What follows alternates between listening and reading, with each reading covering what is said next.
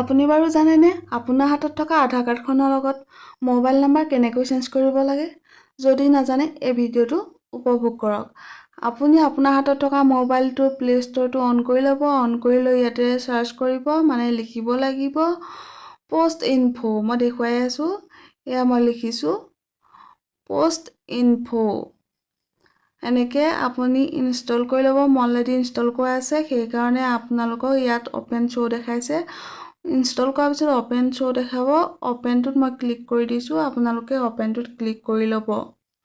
ঠিক আছে, অ'পেনটোত ক্লিক কৰাৰ পিছতে আপোনালোকৰ এনেকুৱা এখন চাৰ্ট দেখাব। চাৰ্টখনত লিখা আছে ছাৰ্ভিচ ৰিকুৱেষ্ট। আপুনি ছাৰ্ভিচ ৰিকুৱেষ্টত ক্লিক কৰি দিব। ক্লিক কৰি দিয়াৰ পিছতে এনেকুৱা এখন চাৰ্ট ওলাব। চাৰ্টখন ওপৰলৈ ঠেলিব। ঠেলাৰ পিছতে তাত লিখা আছে নেম। ইয়াত নামটো বহাই দিব। তলত এড্ৰেছ আছে, এড্ৰেছ বহাই দিব। তাৰপিছতে এড্ৰেছৰ ফুল এড্ৰেছটো বহাই দিব। পিন ক'ড আছে, পিন ক'ডটো বহাই দিব।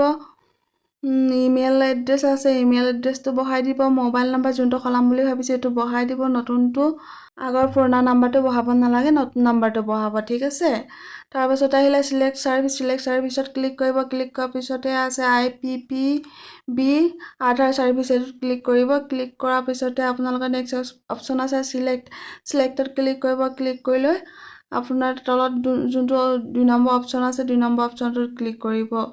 ক্লিক কৰাৰ পিছতে ৰিকুৱেষ্ট OTP আছে, ৰিকুৱেষ্ট OTPত ক্লিক কৰি দিব। মই ৰিকুৱেষ্ট OTPত ক্লিক কৰি দিছোঁ। ঠিক আছে, চেম আপুনিও কৰি দিব, ক্লিক কৰি দিব।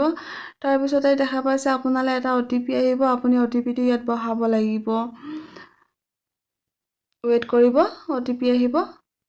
OTP অহাৰ পিছত কনফাৰ্ম কৰিব লাগিব। আপুনি কনফাৰ্ম কৰিব। কনফাৰ্ম ছাৰ্ভিচ ৰিকুৱেষ্ট লিখা আছে, তাতে ক্লিক কৰি দিব। মই ক্লিক কৰি দিছোঁ। তাৰপিছতে এইটো যোনটো ৰিকুৱেষ্ট ছাবমিটেড দেখাইছে এইটো ছাকচেছফুল হৈ গৈছে।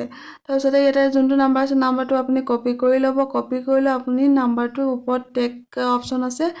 পোষ্ট অফিচৰ যোনটো ৱেবছাইট আছে ৱেবছাইটত আপুনি গৈ লৈ সেই নাম্বাৰটো ইয়াতে লিখি লৈ আপুনি আপোনাৰ এইটো অপশ্যনটো টেগ কৰি থাকিব পাৰিব। দেখা পাইছে ইয়াতে টেগ এইফালে পেণ্ডিং দেখা পাইছে।